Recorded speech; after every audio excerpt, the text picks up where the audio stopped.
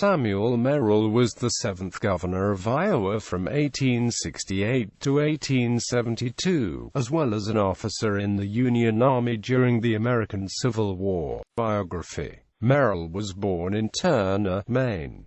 He was the second youngest child of Abel Merrill, Jr. and his wife, Abigail. Early in life, he was a committed Whig and church-going Protestant, a strong supporter of prohibition and an equally vigorous opponent of the expansion of slavery. After deciding to become a teacher, he moved to the South but found himself unpopular due to his strong abolitionist views. He returned to New England, tried farming, and then entered the mercantile business. In 1854 he was elected on the abolitionist ticket to the legislature of New Hampshire. In 1856 he decided to leave New England and move to McGregor, Iowa. Before long, he was elected to the Iowa legislature. In the summer of 1862, Merrill was commissioned colonel of the 21st Iowa Volunteer Infantry Regiment, serving in that regiment until seriously wounded in the hip at the Battle of Big Black River Bridge on the Big Black River in May 1863.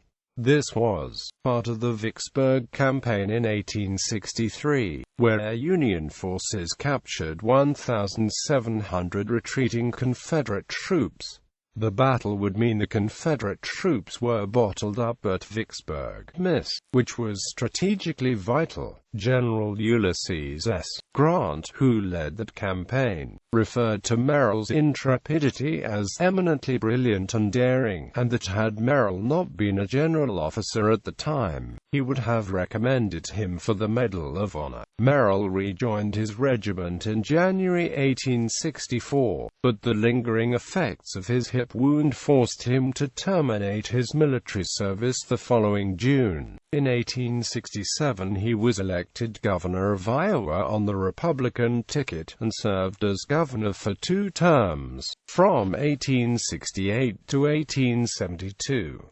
Merrill's impressive record as a demonstrably civic-minded legislator and patriotic Army officer gave him significant political capital in post-war Iowa. In 1867 the state's Republican Party nominated him for governor ahead of the outspoken radical Congressman Josiah B. Grinnell. Merrill easily won the general election on a platform that pledged support for congressional reconstruction, local economic development, and the enfranchisement of Iowa's small population of African Americans.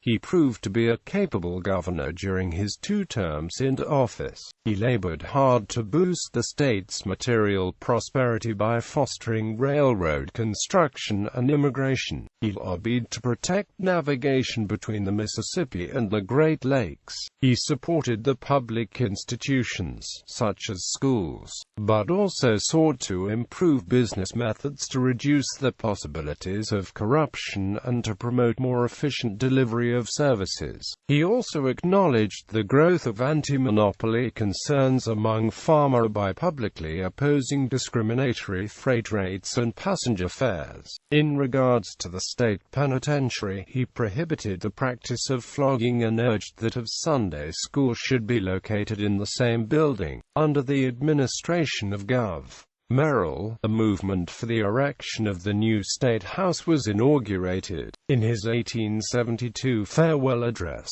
Governor Merrill said, "While discharging my duty to be diligent in aiding the development of our state, to labor for the success of our schools and charities, it has been my privilege to realize the intelligence, justice and humanity of our people. As I pass from the one station to the other, permit me to unite with you in dedicating ourselves, our Commonwealth, and our country anew to freedom." In 1897 he was injured in a streetcar accident in Los Angeles and never recovered. He died at age 77 and was buried in Des Moines after an imposing funeral ceremony attended by most members of Iowa's political establishment. He was buried with his third wife Elizabeth in a marble tomb in Woodland Cemetery, Des Moines, Iowa. Iowa. After extensive renovations, a rededication of Governor Merrill's mausoleum is scheduled for Sunday, June 5, 2016. Samuel Merrill was first married to Catherine Thomas, who died in 1847, 14 months after the marriage. In January 1851, he was united in marriage with a Miss Hill of Buxton, Maine. She became the mother of 4 children, 3 of whom died young, the eldest living to be only 2.5 years old.